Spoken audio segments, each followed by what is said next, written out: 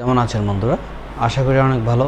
আমার এই তন্ত্র ও মন্ত্র বান চ্যানেলে যদি নতুন হয়ে থাকেন অবশ্যই সাবস্ক্রাইব করবেন, পাশে থাকা বেল আইকনটি প্রেস করে নতুন নতুন ভিডিও সবার আগে পাওয়ার জন্য আমাদের সাথে থাকবেন।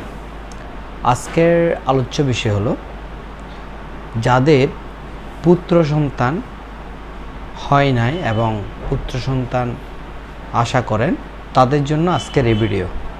আমার এই কথাগুলো মনোযোগ সহকারে শুনবেন, খুবই গুরুত্বপূর্ণ কথা। জন্ম, মৃত্যু ও বিবাহ উপর ঈশ্বরের কাছে, তারপর আমরা বিভিন্ন রকম মানুষের চাহিদা করে থাকি।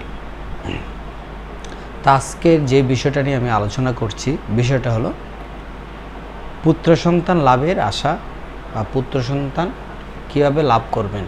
আসুন আমরা জেনে নিই।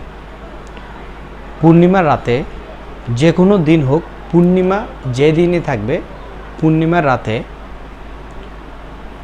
রাতে পূর্বমুখ হয়ে লাল লজ্জাপতি গাছের শেকড় পূর্বমুখ হয়ে তুলে আনতে হবে। পূর্ণিমার রাতে লাল লজ্জাপতির শেকড় পূর্ব দিক হয়ে তুলে আনতে হবে এবং ওই শেকড় ধুয়ে ভালো করে পরিষ্কার করে নেবেন। এরপর কপুর বা কাপুর এবং অষ্টগন্ধা বা কেশরের কালি দিয়ে একসাথে মিশিয়ে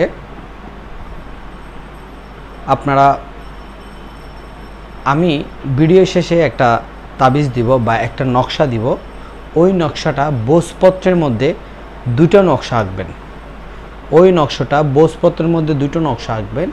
ওই দুটো নকশা আঁকবেন। ওই দুটো নকশা যখন আঁকা হবে তখন আমি ভিডিও শেষে একটা মন্ত্র দিব বা একটা দোয়া দিব। আপনারা ভিডিও শেষে দেখবেন দোয়াটি 39 বার পাঠ করে ফু দিবেন। কিভাবে দিবেন? আপনি যখন ওই যন্ত্রটা লিখবেন, ওই যন্ত্রটা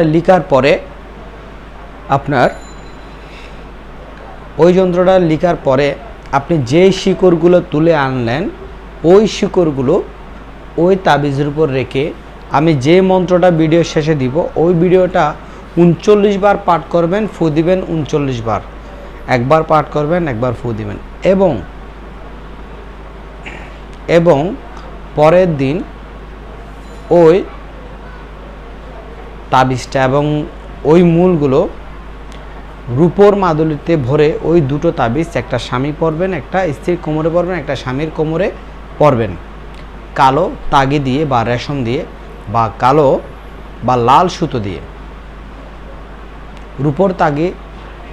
রূপোর তাবিজ নিয়ে আপনারা ভরে পরবেন এবং উত্তর ও দক্ষিণ দিক হয়ে সহবাস করবেন।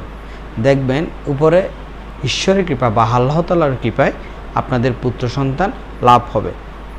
ভিডিওটা শেষ পর্যন্ত দেখার জন্য আপনাদেরকে অসংখ্য ধন্যবাদ। জয় গুরু।